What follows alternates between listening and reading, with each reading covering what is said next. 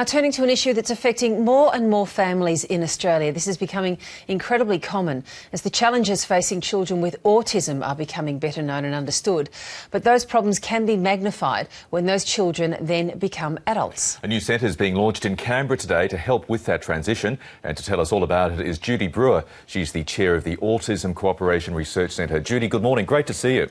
Good morning, Michael. Now, tell us about this centre. How helpful will it be to those parents with children with autism? Well, we're hoping this is the game changer. We're hoping this is the one that actually starts to give the answers that the parents and people with autism have looked for so long. And it's different to anything that's ever been attempted before. How is it different? In a lot of ways. How is it different? Different because we're looking at a whole of life for people with autism, and we're looking at from birth to ageing. We're looking at diagnosis, we're looking at early intervention, we're looking at education, we're looking at jobs, vocation, right through to independent living and non-independent living. So instead of just taking a tiny piece of the puzzle, as is usually happens with autism, where there's research, great research happening in a whole lot of fields in a very piecemeal way, we're pulling it all together. Let's go through a few of those things. You mentioned diagnosis. The centre wants to come up with, as much as it can, with a standard diagnosis for autism. Diagnosing autism, as you would well know, is a very vexed issue, isn't it? So how important is this move to standardise it? And it's becoming an increasingly controversial issue, and I think sometimes that diminishes the needs, the importance of actually addressing the needs of our community, because people say, oh, everyone's got autism these days. It's the diagnosis of choice. Not true.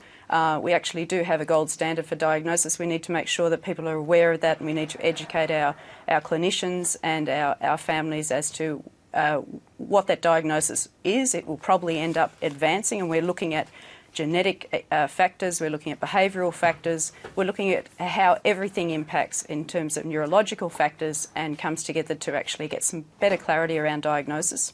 The other issue as children with autism get a bit older is education. Not every approach works, and each child has different circumstances and different needs. What is the centre hoping to do when it comes to, I suppose, better targeting education for people with autism? Well, I think the first thing to say is that we're bringing together some of the greatest minds in this country, the greatest practitioners in autism in this country. We have, 50 participants, different universities, industry. What's different about us is we're working right across the board. We have people with autism and their families represented, driving the research, feeding into the research. We have people who are the service providers, we have the schools on board, we have school systems on board, as well as clinicians, researchers, academics. It's on a quantum that we just haven't ever seen before in Australia or internationally. So all that research actually feeds into each other. It's a collaborative research centre, it's a cooperative research centre where we share the research. So things such as education, where there is a lot being done, an enormous amount being done, because the issue is so big in our schools. We don't know what causes autism. We know the rates are going up. We know that every class will have a child with autism, probably because 1 in 80 or 80 to 90 children born today will end up with an autism diagnosis. So it's a really, really big issue for our schools. We're not quite sure what works. We tend to throw a lot of resources at things that look like they might work, and what we need is that evidence base behind our targeted resources. And the other big challenge is with kids with autism is when they leave school trying to transition into adulthood and, more importantly, transition into a job which they would find satisfying. You have some very direct personal experience with this. Tell us your story, Judy. Well, yes, I'm the parent. Tim and I have a son who is 20, Harrison, who has autism. So I've been on this journey now for perhaps 18 years since he was diagnosed. He's now left school, he's looking for a job. He's actually been so lucky to find his first part-time job, and in the last few weeks in a most fantastic supportive environment.